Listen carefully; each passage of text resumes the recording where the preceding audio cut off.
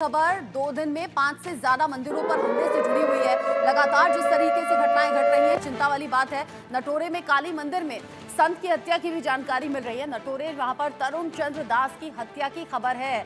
दुर्गा मंदिर में तोड़फोड़ की गई है। लगातार बांग्लादेश में जो मंदिरों पर हो रही तोड़फोड़ है, वो जो मूर्ति खंडित करने की खबर है, किसी तरह से रुक नहीं रही। तरुण चंद्र दास की हत्या की खबर भी अब मिल रही है। बरगुना में जगन्नाथ मंदिर में तोड़फोड़ हुई है। यहाँ मेमन सिंह में काली मंदिर में तोड़फोड़ हुई है। ये जो तस्वीर आप देख रहे हैं, ये उसी उपद्रव की तस्वीरें हैं जो बांग्लादेश में रुक नहीं रहा, थम नहीं रहा। 2 दिन में 5 से ज्यादा मंदिरों पर हमले किए गए हैं।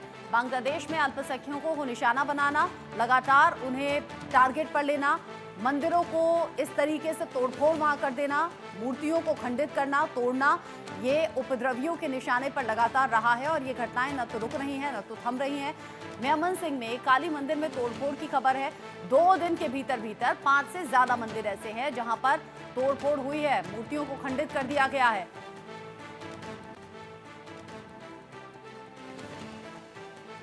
दो दिन के भीतर 5 मंदिरों में तोड़फोड़। जब भारत की तरफ से विदेश सचिव पहुंचे थे दौरे पर, तो लग रहा था कि शायद हालात सुधरेंगे या फिर किसी तरीके का यहां सुधार देखने को मिलेगा, लेकिन किसी तरह का सुधार अब तक देखने को मिला नहीं है। इस पर बात मैं करूंगी। संजीव श्रीवास्तव मेरे साथ में जुड़ गए हैं, विदेश मामलों के जानकार हैं।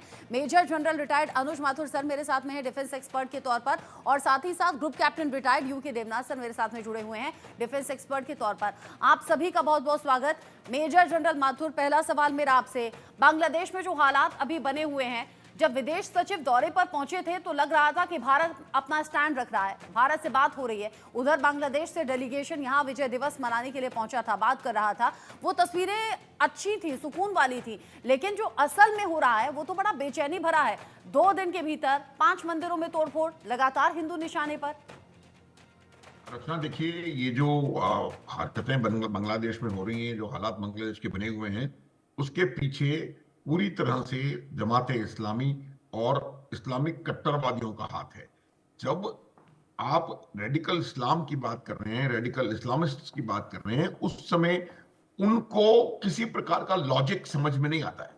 वो इस बात को भूल रहे हैं कि कहाँ क्या उनका देश है, क्या उनके देश की भौगोलिक स्थिति है, और किस प्रकार से अगर उनको आगे तरक्की प्रगति करनी है तो किस प्रकार से उनकी प्रगति होगी। रचना, सबसे बड़ी बात यह है कि आज की तारीख में बांग्लादेश आर्थिक रूप से गर्त में जाता जा रहा है। उसकी अर्थव्यवस्था, मुझे लग रहा है कि कहीं ना कहीं पाकिस्तान से भी नीचे गिरने वाली है, अगर नहीं ऑलरेडी नहीं हो गई है। तो उसकी वजह से बिल्कुल साफ है कि जो सरकार है, वो सरकार इस किसी भी प्रकार के ऐसे असामाजिक एक्टिविटी को रोकने में पूरी तरह से नाकाम रही है, या मैं यूं कहूं कि वो रोकना नहीं चाहते, क्योंकि वो अभी पूरी तरह से रेडिकल इस्लामिस्ट के वश में है। तो ये बात हमें समझने की है कि आप वहां पर जो हरकतें हो रही हैं उसको इस नजरिए से देखें, ये हरकतें करवा कौन रहा है।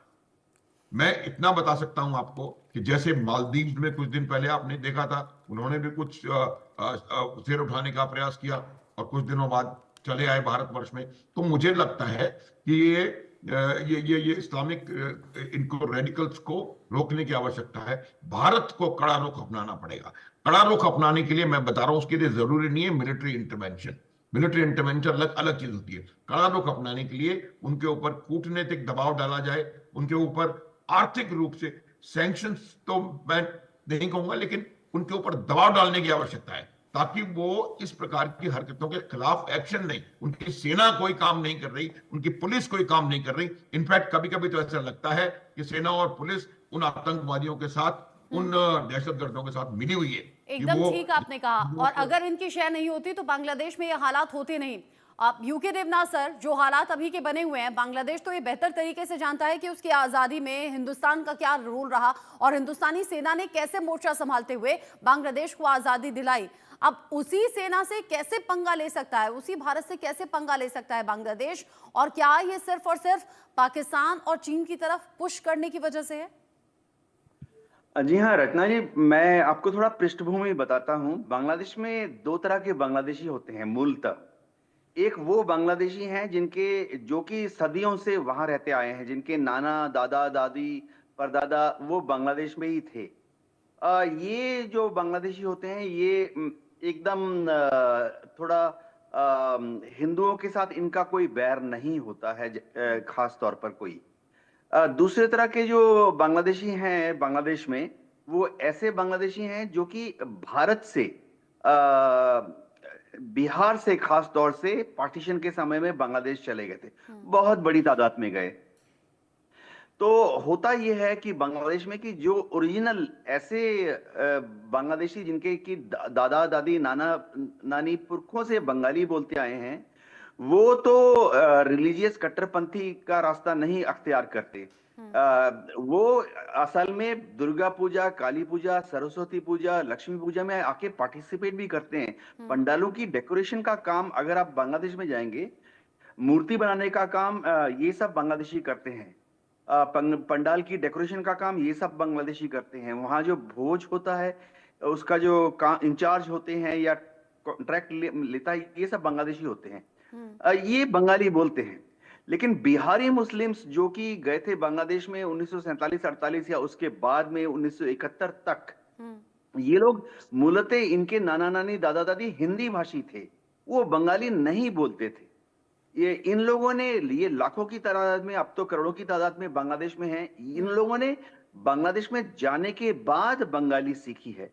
और कल्चरली ये लोग मूल बांग्लादेशी के लोगों से एकदम अलग हैं। ये वो लोग हैं जो कि उपद्रव करते हैं। इन लोगों ने 1971 की लड़ाई में, बिहारी मुस्लिम्स की बात कर रहा हूं, इन्होंने 1971 की लड़ाई में बांग्लादेश आर्मी का साथ दिया था। जबकि मुक्ति वाहिनी जो हम नाम सुनते हैं, वो ज्यादातर ऐसे लोग थे जो कि सदियों से बांग्लादेश में रहते आए थे और उन्होंने भारत की फौज का साथ दिया था। आज जो हो रहा है इसमें बीएनपी के जो एक्सट्रीम राइट विंग कार्यकर्ता हैं, जमात इस्लामी है या मुस्लिम छात्र शिविर नाम की एक ऑर्गेनाइजेशन है, इनके छात्र जो हैं उपद्रवी कर रही है। ये ज्यादातर बिहारी मुस्लिम है। लेकिन हाँ, हर चीज में एक सिल्वर लाइनिंग होती है। पुलाशकाली में जो काली मूर्ति खंडित की गई थी, उसके नाम पर पुलिस ने अब अलालुद्दीन नाम के एक शख्स को गिरफ्तार कर लिया है। और अच्छी बात एक और ये है कि बांग्लादेश पुलिस अब ये दावा कर रही है कि मेमन सिंह में भी उसने एक एफआईआर दायर कर लिया है और पुलिस की इन्वेस्टिगेशन चल रही है। हालांकि कई बातें ऐसी दावा की जा रही हैं, दावा कुछ और नजर आता है, असलियत कुछ और नजर आती है। आप रहिए मेरे साथ में। इस बीच एक और बड़ा अपडेट है। भारत से तनाव के बीच में बांग्लादेश ने की है नई साजिश। अपनी हरकतों से बाज तो बिल्कुल नहीं आ रहा बांग्लादेश, लेकिन बांग्लादेश ने पश्चिम बंगाल की सीमा पर तैनात कर दिए हैं ड्रोन, और ये किलर ड्रोन है। भारत की सीमा पर बायरैक्टर TB2 UAVs तैनात किए गए हैं, जो कि बेहद घातक हैं। जासूसी के साथ साथ हमला करने में TB2 ड्रोन माहिर कहे जाते हैं। ऐसे में बांग्लादेश ने तुर्की से बायरैक्टर TB2 UAVs खरीदे और अब यहां पश्चिम बंगाल की सीमा पर तैनात भी नजर आ रहे हैं। भारत ने भी निगरानी बढ़ाते हुए अपने ड्रोन तैनात कर दिए हैं। भारत की सेना की ताकत यहां बेहतर तरीके से बांग्लादेश जानता है, लेकिन चीन की तरफ से जो समर्थन मिल रहा है या फिर पाकिस्तान की तरफ से जो लगातार साथ मिल रहा है, इसको लेकर लगता है कि बांग्लादेश अब उनके फुलाने में आ गया है या फिर उनके उकसाने में आ गया है, और बांग्लादेश वो हरकतें कर रहा है जो उसकी सेहत के लिहाज से ठीक नहीं, जो खुद बांग्लादेश ऐसा लग रहा है कि गड्ढे की तरफ आगे जा रहा है। संजीव श्रीवास्तव जी, ऐसा बहुत कम देखने को मिलता है। पाकिस्तान से ही टूटा, पाकिस्तान से ही आजादी की मांग करते हुए और तमाम संघर्ष झेलते हुए, जिसमें भारत का भी एक बड़ा रोल रहा, बांग्लादेश अलग हुआ, लेकिन आज उसी पाकिस्तान के करीब जा रहा है। मतलब जिस खाई से गिरा उसी खाई की तरफ वापस जाना। क्या हो सकता है हालात? सिर्फ और सिर्फ क्या मोहम्मद यूनुस? देखिए, ये जो बांग्लादेश की जो सरकार है, वो जाहिर है कि बिल्कुल एक अतिवादी रेडिकल इस्लामिस्ट जो ताकतें हैं उनके दबाव में आकर के काम कर रही है, ये स्पष्ट रूप से दिखता है। बांग्लादेश में जो घटनाक्रम हुए हैं वो एक गहरी साजिश का परिणाम है, जिसमें कि बांग्लादेश की जो घरेलू रेडिकल इस्लामिस्ट अतिवादी आतंकपरस्त ताकतों की तो मुख्य भूमिका है ही। इसमें विदेशी जो ताकतें हैं, जिसमें कि पाकिस्तान की खुफिया एजेंसी ISI और बाइडेन एडमिनिस्ट्रेशन का, अमेरिका का जो डीप स्टेट है, उसमें वो शामिल रहा। लेकिन वर्तमान समय में ये जो मोहम्मद यूनुस की सरकार जैसे कदम उठा रही है, TB2 बायरेक्टर ड्रोन का अगर कहीं इस्तेमाल बांग्लादेश की इस अंतरिम सरकार को करना चाहिए तो वो अराकान आर्मी, जो कि उसने टेकनाफ रीजन के कई भागों पर अपना कब्जा कर लिया है और बांग्लादेश के पूरी संप्रभुता के ऊपर उन्होंने बड़ा खतरा पैदा कर दिया है। बांग्लादेश म्यांमार के पूरे बॉर्डर एरिया पर उन्होंने अपना कब्जा स्थापित कर लिया है। वहां पर इनकी इस तरह की ड्रोन वगैरह की आवश्यकता थी, भारत के फ्रंट पे नहीं। लेकिन जाहिर है कि ये जो बांग्लादेश की अंतरिम सरकार है, ये पाकिस्तान की खुफिया एजेंसी ISI और कट्टरपंथियों को शह देने का काम कर रही है, कहीं न कहीं उनके इशारे पर भी काम कर रही है। अभी जिस तरीके से मोहम्मद यूनुस और शहबाज शरीफ के आपस में मिलने की जो तस्वीरें आई कायरा से, और उसके पहले भी हमने ये देखा, तो जो पाकिस्तान के साथ जो ये बांग्लादेश अपने संबंधों को बढ़ाने की कोशिश कर रहा है, ये बांग्लादेश के लिए खतरनाक साबित हो सकता है। पाकिस्तान एक ऐसा मुल्क है जो कि एक कंगाली की कगार पे है, आतंक परस्त है, और वो इसी तरीके की स्थितियां बांग्लादेश में भी पैदा करना चाहता है। बांग्लादेश को पाकिस्तान जैसा ही वो बनाना चाहता है, और ये मोहम्मद यूनुस की सरकार नहीं समझ पा रही है। और यदि इसी तरीके की जो स्थितियां बांग्लादेश में रही कि जिसमें कि वहां पर जो ये सरकार कट्टरपंथियों के खिलाफ कठोर से कठोर कार्रवाई जिसकी की सख्त आवश्यकता है उसको करने में नाकाम रही, और पाकिस्तान जैसे आतंक परस्त के राष्ट्र के साथ अपने संबंधों को बढ़ाती रही, अपने अन्य जो क्षेत्र है उसको इग्नोर करती रही, जो कि टेकनाफ रीजन है, और अराकान आर्मी जिस तरीके से बांग्लादेश की टेरिटरी पर कब्जा कर रही है, तो ऐसे में बांग्लादेश की स्थितियां बिल्कुल वैसे ही हो सकती है जैसे कि आज आप पाकिस्तान का देख रहे हैं। पाकिस्तान में भी और बांग्लादेश में भी जो आतंकी हैं वो अपना ब्रिक्स बना सकते हैं, और निसंदेह ये भारत के लिए चैलेंज होगा। लेकिन जैसा कि आपने बताया कि भारत की स्थितियों पर बहुत पैनी नजर है। हमने भी बांग्लादेश की स्थितियों को ध्यान में रखते हुए अपनी तैयारियां, अपने डिफेंस के मेजर्स लिए हैं और लेंगे। और मैं स्पष्ट रूप से कहना चाहता हूं कि यदि भारत की टेरिटरी पर किसी तरीके का खतरा बांग्लादेश की टेरिटरी से आता है, या बांग्लादेश में जो हिंदू कम्युनिटी और अधिक संकट में आती है, तो भारत कठोर से कठोर कार्रवाई करने के सभी विकल्प ओपन रखेगा। क्योंकि ये जो भारत है, न तो हिंदू कम्युनिटी पर हमलों को लंबे समय तक बर्दाश्त करेगा, और न तो आतंकवाद जैसी चुनौती, इसके ऊपर हम जीरो टॉलरेंस की नीति पर चलते हैं। हम कोई भी कार्रवाई कर सकते हैं, कठोर से कठोर कार्रवाइयां कर सकते हैं। अब इन सब हालातों के बीच में जब बांग्लादेश में खाने का भी संकट आ गया है, अनाज का संकट आ गया है, ऐसे में भारत फिर से मदद के लिए आगे आया, और या फिर ये कहिए बांग्लादेश भारत पर निर्भर रहा। मेजर जनरल माथुर, आलू प्याज पिछले दिनों ट्रक्स में भिजवाया गया था, अभी चावल खरीदने की तैयारी बांग्लादेश भारत से कर रहा है। ये कैसी एहसान फरामोशी है? रचना, मैं यही कह रहा था, देखिए, जब आपका भौगोलिक स्वरूप इस प्रकार का है कि आप चारों ओर से भारतवर्ष के साथ आपका बॉर्डर है, और एक छोटा सा 270 किलोमीटर का बॉर्डर आपका म्यांमार के साथ था, जो आज की तारीख में अराकान आर्मी के पूरी तरह से कब्जे में है, तो ऐसी परिस्थिति में आपको भारत पर निर्भर होना पड़ेगा, और ये बात उनको समझने की आवश्यकता है।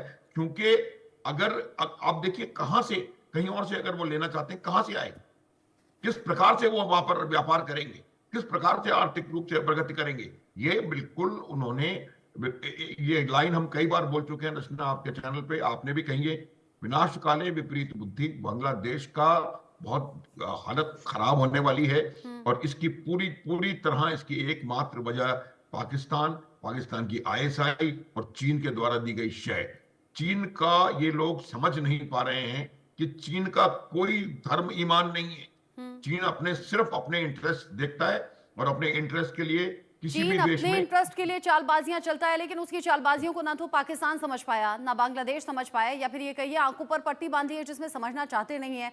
अब ऐसे में पाकिस्तान के रास्ते पर बांग्लादेश चलता हुआ नजर आता है। कुछ महीने पहले ही शहबाज शरीफ बांग्लादेश की तरक्की को लेकर, वहां की GDP को लेकर तारीफ कर रहे थे, कह रहे थे कि देखो कैसे प्रोग्रेस किया है बांग्लादेश ने, जो कि पाकिस्तान से ही टूट कर बना है, लेकिन हम कहाँ हैं। और आज वही पाकिस्तान बांग्लादेश को बर्बाद करने के लिए उतारू है। इन सभी के बीच में एक और अपडेट, बांग्लादेश सरकार का एक और भारत विरोधी चेहरा सामने आया है। यूनुस सरकार ने भारत पर बेतुके आरोप लगा दिए हैं। बांग्लादेश के लोगों को गायब करवाने का आरोप है। शेख हसीना के कार्यकाल में लोगों को गायब करवाने का ये आरोप लगा है। यानी भारत विरोधी चेहरा बांग्लादेश की तरफ से एक बार फिर से सामने आया। यूनुस सरकार के गठित जांच आयोग ने ये बड़ी बात कही है, बड़ा आरोप लगाया है, और वो कह रहा है कि लोगों को गायब करवाने के पीछे भारत का हाथ है। ये कुछ ऐसा ही समझिए कि बेबुनियादी आरोप जो कि पाकिस्तान लगाता रहा है और वही बेबुनियाद आरोप बांग्लादेश की तरफ से लग रहे हैं। कुछ ऐसे ही आरोप कनाडा की तरफ से जस्टिन ट्रूडो ने भी लगाए थे, यूके देवनाथ सर, और आज उसका खामियाजा वो भुगत रहे हैं। खुद की कुर्सी जाने वाली है और यही हाल बांग्लादेश में मनगढ़ंत आरोप। जी हाँ रचना, हो ये रहा है कि बांग्लादेश में अगले साल चुनाव होने वाले हैं, अगले साल के अंत में नवंबर में। तो बांग्लादेश में एक माहौल तैयार किया जा रहा है जिससे कि भारत विरोधी तत्वों को शह मिले। ये जानना जरूरी है कि बांग्लादेश में बीएनपी जो पार्टी है बेगम खालिदा जिया की, वो ज्यादातर भारत विरोधी एलिमेंट्स पर ही उनको वोट मिलते हैं। तो बांग्लादेश में बीएनपी के जो कार्यकर्ता हैं वो जितनी ज्यादा भारत विरोधी लहर बनाएंगे, भारत को एक दुश्मन देश की तरह से चित्रित करेंगे, उतने ज्यादा वोट बीएनपी को इलेक्शन में मिलते हैं। जबकि अवामी लीग जो है उसने भारत विरोधी गतिविधियों को कभी अपने यहाँ चुनाव का एजेंडा नहीं बनाया। अवामी लीग जो है वो हमेशा भारत के साथ मित्रता रखना चाहती है और एक संबंध रखना चाहती है जिसमें कि बांग्लादेश और भारत एक साथ आगे मिलके आगे बढ़े। बहुत बड़ी चीज यह है कि इलेक्शन कमीशन ऑफ बांग्लादेश अब क्या करने वाला है। जो इलेक्शन बांग्लादेश में अगले साल होने वाले हैं, क्या वो निष्पक्ष और इंडिपेंडेंट फेयर इलेक्शन होंगे? क्या अवामी लीग को इलेक्शन में लड़ने का मौका दिया जाएगा? क्या बेगम हसीना को वापस जाकर अपनी पार्टी का नेतृत्व करने का मौका दिया जाएगा? और सबसे बड़ी बात, खालिदा जी आती हैं सत्ता में तो फिर तो हालात और ज्यादा खराब हो जाएंगे। संजीव श्रीवास्तव जी, देखिए अभी ये स्पष्ट नहीं है कि बांग्लादेश में अगले साल इलेक्शन होंगे या नहीं होंगे। इस तरीके के जो बयान है वो जरूर मोहम्मद यूनुस की तरफ से दिए जा रहे हैं, लेकिन ये बयान डूबियस है। ये जो बयान है ये कह रहे हैं कि यदि वहां पर इलेक्शन रिफॉर्म्स सीमित तौर पर अगर हो जाते हैं तो वो अगले साल के अंत तक इलेक्शन कराएंगे, और यदि ये कॉम्प्रिहेंसिव रिफॉर्म होंगे तो फिर 6 महीने और आगे चलेगा। और हमने ये देखा है रचना जी कि अनेक ऐसे जो गैर निर्वाचित सरकारें होती हैं या तानाशाहीपूर्ण सरकारें होती हैं, वो तरह तरीके के बहानों को दे करके अपने इलेक्शंस को टालने की कोशिश करते हैं। अभी उन्होंने टेंटेटिवली इसको लगभग 1 साल के लिए टाल दिया है, जबकि आवश्यकता इस बात की थी कि वहां पर इलेक्शंस विदिन 6 मंथ्स कराए जाएं और उसके लिए वहां पर कानून का शासन स्थापित किया जाए, वहां पर जल्द से जल्द डेमोक्रेसी रिस्टोर की जाए, जिसको करने की मंशा ये अंतरिम सरकार नहीं दिखा रही है और वो तरह तरह के बहाने दे रही है। यानी कि पूरी तरीके से बांग्लादेश का जो भविष्य है वो अभी के लिए तो अधर में लटका हुआ नजर आ रहा है और जो बांग्लादेश के फ्यूचर के लिहाज से बिल्कुल भी ठीक नहीं है। Major general Mathur, U K Devnath sir, Sanjeev Srivastava ji, बहुत शुक्रिया इस डिस्कशन में इंडिया न्यूज के साथ जुड़ने